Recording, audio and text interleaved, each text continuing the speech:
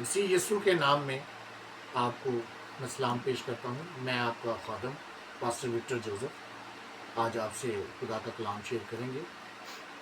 हम पैदाइश की किताब में से चैप्टर नंबर 18 और उसकी 16 वर्स से लेकर 33 वर्स तक हम स्टडी करेंगे और हमारा टॉपिक होगा आज का इब्राहिम सदूम के लिए इल्तिजा करता है। इब्राहिम सदूम के लिए इल्तिजा करता है, ये हमारा टॉपिक है। ठीक है। तब वो मर्द वहाँ से उठे और उन्होंने सदूम का रुख किया और इब्राहिम उनको रुखसत करने को उनके साथ हो लिया।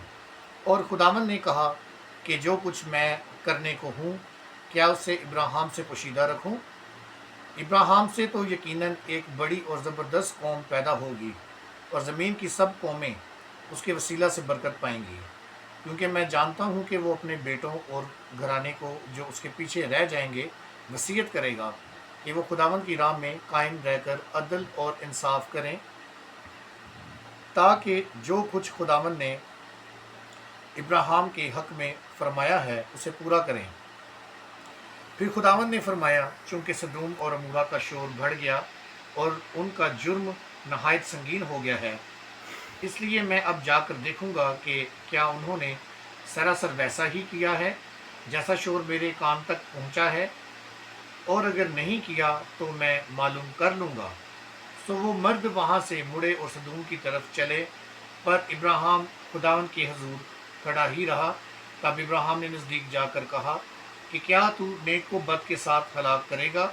शायद उस शहर में 50 राजबाज हों, क्या तू उसे हलाक करेगा और उन 50 राजबाजों की खातिर जो उसमें हैं उस मकाम को ना छोड़ेगा? ऐसा करना तुझसे वैध है कि नेक को बद के साथ मार डाले और नेक बद के बराबर हो जाए?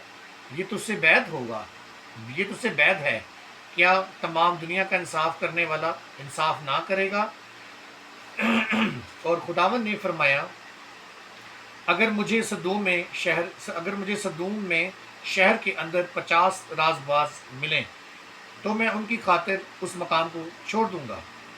तब इब्राहिम ने जवाब दिया और कहा कि देखिए, मैंने खुदावंद से बात करने की जुर्रत की, अगरचे मैं खाक और राख हूँ, शायद 50 राजबाजों में 5 कम हों, क्या उन 5 की कमी के सबब से तू तमाम शहर को निस्त करेगा? उसने कहा, अगर मुझे वहाँ 45 मिले तो मैं उसे निस्त नहीं करूँगा। फिर उसने उससे कहा कि शायद वहाँ 40 मिलें। तब उसने कहा कि मैं उन 40 की खातिर भी ये नहीं करूँगा। फिर उसने कहा, खुदावंद नाराज़ ना हो तो मैं कुछ और अर्ज़ करूँ, शायद वहाँ 30 मिलें। उसने कहा, अगर मुझे वहाँ 30 भी मिलें तो भी ऐसा नहीं करूँगा। फिर उसने कहा, देखिए, मैंने खुदावंद से बात करने की जुर्रत की, शायद वहाँ 20 मिलें। उसने कहा, मैं 20 की खातिर भी उसे निस्त नहीं करूँगा। तब उसने कहा, खुदावंद नाराज़ ना हो तो मैं एक बात और कुछ अर्ज़ करूँ, शायद वहाँ 10 मिलें। उसने कहा, मैं 10 की खातिर भी उसे निस्त नहीं करूँगा। जब खुदावंद इब्राहिम से बातें कर चुका तो चला गया और इब्राहिम अपने मकान को लौटा। खुदावंद की पाक कलाम के सुनने पड़ जाने के लिए खुदावंद की खास बरकत हो। खुदावंद का जिंदा कलाम हमें आज ये सिखाता है, जैसा कि हमारा टॉपिक है, इब्राहिम सदूम के लिए इल्तिजा करता है। इब्राहिम सदूम के लिए इल्तिजा करता है।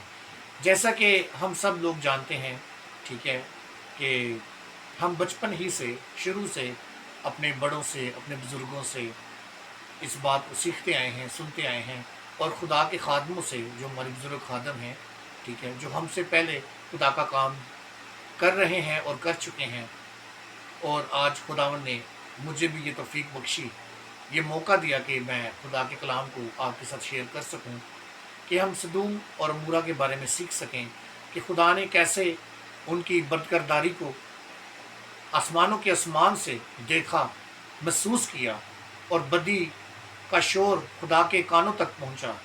और खुदा जो बादशाहों का बादशाह है, जो खुदाए कदूसियत है, जो खुदाए रहमत है, जो खुदाए एलोहीम है, जो खुदावन एडोनाई है, जो बनी कौम इसराइल का यहोवा यरी है, जिस पर हमारा तवक्कल है, जब उसके कानों तक बदी का शोर जाता है اس روئے زمین پہ جب گناہ ہوتا ہے، جب بدی ہوتی ہے،